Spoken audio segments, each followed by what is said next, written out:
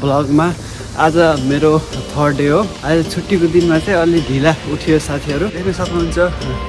आज छुट्टीको दिन झन् बडी एक्सर्साइजहरू रनिङहरू गर्नु पर्ला भनेको चाहिँ पानी आइदियो कि होइन।